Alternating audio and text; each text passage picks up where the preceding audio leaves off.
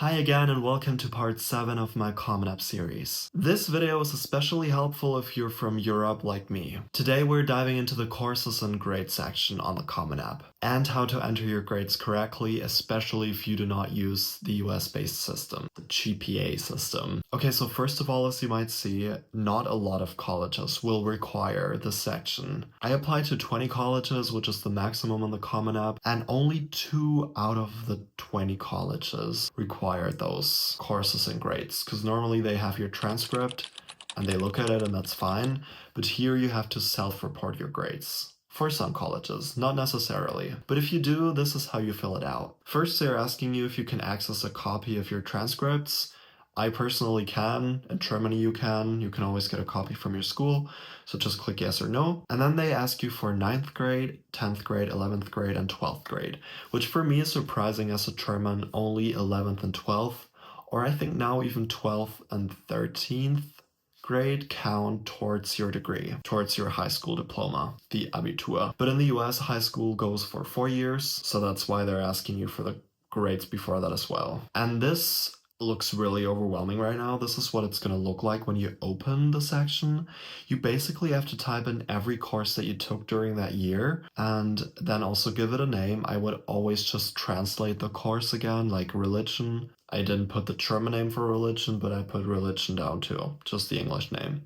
Foreign world language, so there's different categories, once again, like we've seen in one of the previous videos, and you can choose a subject and then just give the same course name again. This is how I did it for the courses that I took. I once again put them all at level of honors, since the German system, the German education system, is quite difficult compared to the US one.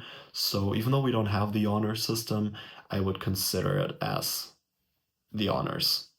And then you type in your grades. Here's where it gets interesting. As a German, we have the grading system from 1 to 6 in middle school, what you would consider middle school, like 9th grade, 10th grade. And then once it gets to 11th grade, which we'll see in a minute, we have a point system from 0 to 15 points. 15 points is the best. And here in this case, 1 is the best. So you just type in your grades in the system that your home country uses, not the GPA system. That's why you're going to click on not applicable, and you're also not going to type in anything for the credits because you don't have credits there. Also, you have to type in the school year. That's pretty self-explanatory. The grading scale, you just type in other, because this is just confusing, at least for Germans. Just type in other. And the schedule is yearly, at least for me. I mean, if your school uses a semester, trimester, whatever system, then obviously check that. And then this 10th grade is exactly the same. Where it gets a little bit more interesting is 11th grade. Like I said, our point system changes. That's what you're seeing here. We have semesters here, not yearly anymore. And then you type in the semesters and the final grade here. And now it's a point system, so I checked other for grading scale again and then just typed in the points that I got in each subject. You can add courses, you can add as many courses as you want. And obviously you have to tell them your school name again. And the credits are blank as well. And this is just what all those grades look like. See, 12th grade is the same as well. For the courses where I did not get a grade or that I didn't include in my German Abitur, Germans will understand this now, but you can cancel some courses where you didn't get good grades. There is a specific rule on how much you can cancel, but you can cancel out some grades.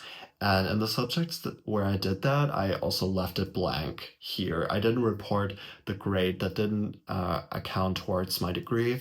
I just left it blank because obviously those grades were bad. Otherwise I wouldn't have canceled them out. So I guess it's pretty self-explanatory. And here they're asking you for other courses. I personally didn't do any other courses. It could be post 12th grade or summer courses that you did, but I personally didn't do that. Just make sure that the grades you type in here match your transcripts, since you have to upload them as well. So really double check each grade.